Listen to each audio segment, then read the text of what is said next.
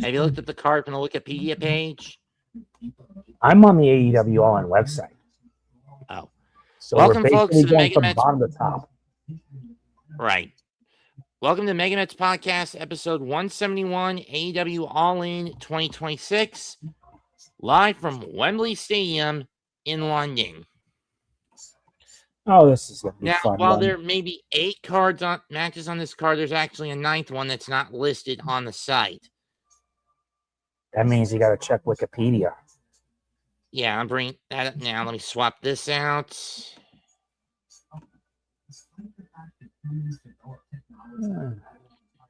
Share this. Yep, a Trios Royale Roulette. I'll start this one, to say the least. Go right ahead. Our first match is a pre-show match for the AEW World Trios Championship. The champions Hangman, Adam Page, and Brodido versus the Bang Bang Gang, versus the Conglomeration, versus the Death Riders, versus the Demand, versus the Dogs, versus a wildcard team in a Trios Royale Roulette for the AEW World Trios title. And there's been a rumor going around on who that mystery on that wildcard team, who it is. From what I've heard, the major scuttlebutt is that the mystery team is Swerve Strickland and the debuting former New Day, Kofi and Xavier. Looks like they finally decided to leave. I figured. About time they became all elite, and I think they're going to win this match. I wouldn't be surprised if that's the case. You making that pick too? Yeah, that's my pick. The wild card switch team. Back to the main. Now let's switch back to the AEW website. Here's how this is gonna be done. We're gonna go from right to left. First on the bottom row and then at the top row. Right. And we kick it off with the finals of the Continental Cup with the AEW Continental title on the line as Jon Moxley defends against Nigel McGuiness. Let's not kid ourselves. Nigel's not winning this. I say Moxley's retaining. And I hate this for him. I don't blame you. And I hate this for Nigel.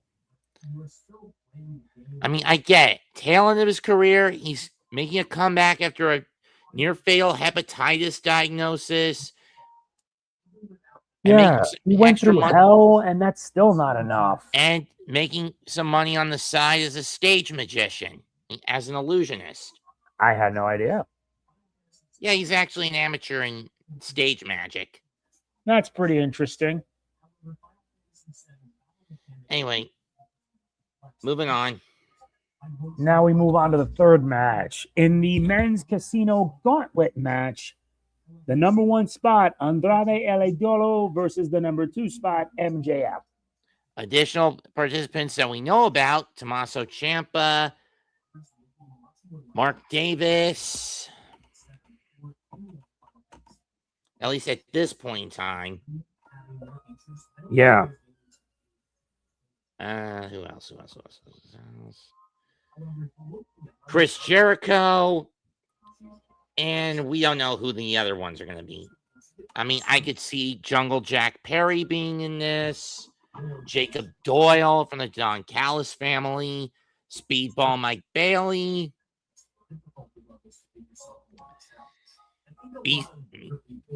Beast Hechicero. Maybe even Callum Newman of the United Empire. I don't know. But if I had to pick anyone to win this, I'm going to say MJF. I will probably pick MJF too. Moving on TNT Championship, Darby Allin challenging Kevin Knight, and it's FCA. Falls count anywhere. This is going to get brutal and fast. I mean, a lot of people were disappointed and angry after Kevin Knight turned on Darby after Darby dropped the AEW World title to MJF at Double or Nothing. Mm-hmm. Allying himself with the Don Callis family. Sure, it's bore him some fruit, making him having him become the TNT champion. But here's the thing. Don Callis is a scumbag, and the minute you fail him, he's going to kick you to the curb. Do I think here's the caveat with this match. It also means no DQ. Any member of the DCF can get involved. I want Darby to win this, but would I be shocked if Kevin has help from the family to retain? No, I would not. I'm taking Darby to win, though. I'm probably going to pick Darby and have him be the new champ. That would be surprising. You're up. Next up, for the AEW International title, it's a triple threat match. Konosuke Takeshita versus the champion Kyle Fletcher versus the challenger Kazuchika Okada. For Takeshita, this is 3 birds with 1 stone. Stone 1, get the AEW International title back. Stone 2, get revenge on the man he once viewed as his best friend in Kyle Fletcher. Stone 3, kill the man responsible for basically setting up the circumstances that got him kicked out of the Don Callis family in Kazuchika Okada.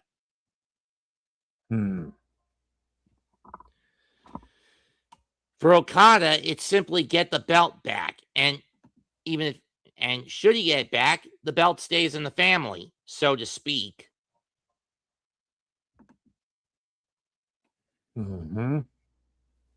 And for Fletcher, it's just hold on to it and take any shortcut possible. Do what is necessary, essentially. Yes. I'm going to take Fletcher to retain. I'll decide something unexpected. I pick Okada. Hey, I want to do something unexpected. I mean, anything can happen, but I don't want to be too predictable with my predictions. Fair enough.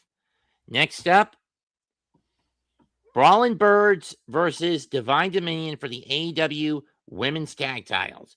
Lena Cross and Megan Bayne against Alex Windsor and Jamie Hayter.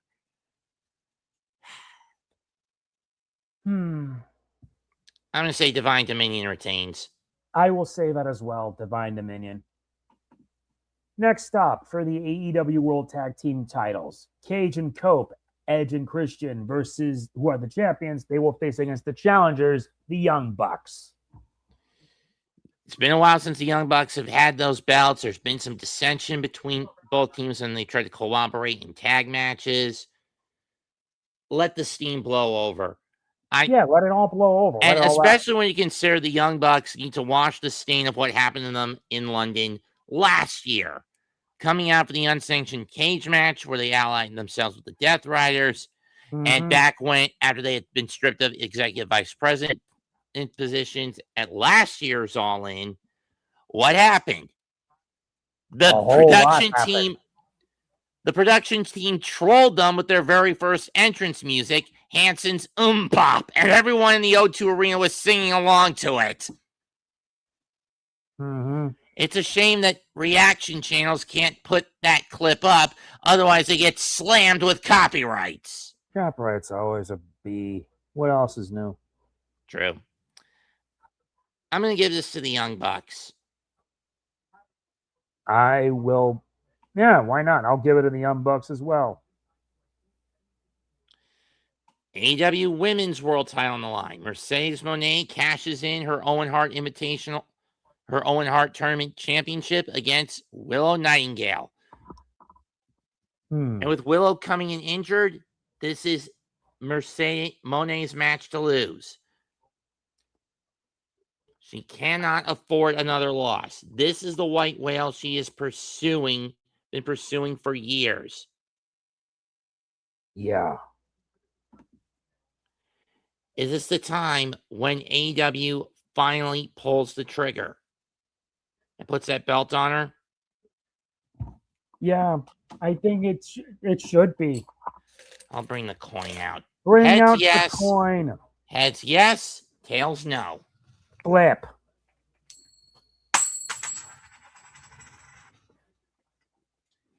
Coin says tails mean no, but I'm going to say yes.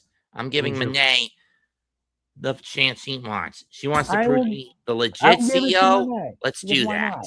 I'll give it to Monet because why not? She's been long overdue this. Yeah, and last but not least, the main event for All In. For the AEW World title, the champion Kenny Omega will face off against the challenger, Will Ospreay. A lot of people want to see Will win this title in his hometown of London. He recently got a yes response from Cal Newman that he'll be there at All In tomorrow at a recent Rev Pro house show, I think. Yeah. But why do I smell a rat? Especially when you consider that Callum has been a little irritated over the last couple of weeks. As for what happened during one of the final nights of the G1 Climax tournament, on the final night of the G1 in a tag match, who should show back up in New Japan but Jeff Cobb? However, he chose not to reunite with the United Empire. Instead, he was called in as a favor by Gedo, and he's now a part of Unbound Company. And that has pissed Cobb off because in his mind, Cobb is the reason he couldn't enjoy the first time he held the IWGP tag titles.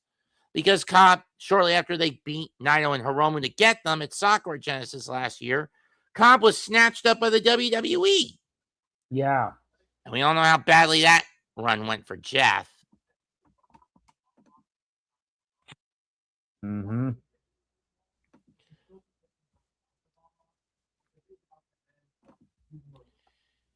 But do I think he stays out of it and then waits until Will ends up dropping the Never Open and the Empire end up dropping the Never Open Weight 6-man tag belts to kick him out? Yes. Oh, no.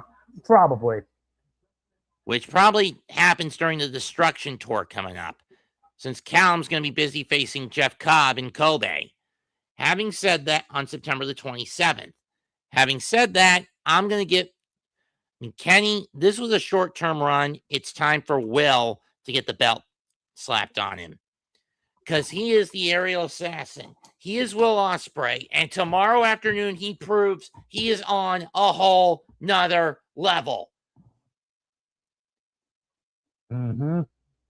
I'm taking Will Ospreay to walk into Wembley as challenger, but he is walking out the new AEW World Heavyweight Champion. I'm probably going to be doing the same thing. And that's it for tonight's episode of the MegaMets podcast. We'll be back September the 10th alongside Nightmare Ball 1 to predict the N1 victory from Pro Wrestling Noah. I dread this. I dread this so much because it's gonna be nuts. Especially with 13 shows instead of 9. But I mean, the way the tournament's structured this year, I get. Yeah, with how it was originally for us, it was a nightmare because they never did everybody on the card at the same time. Mm-hmm. Time when they did double block, it would always be one match missing or 2 matches missing. Yeah. And that always frustrated me with it.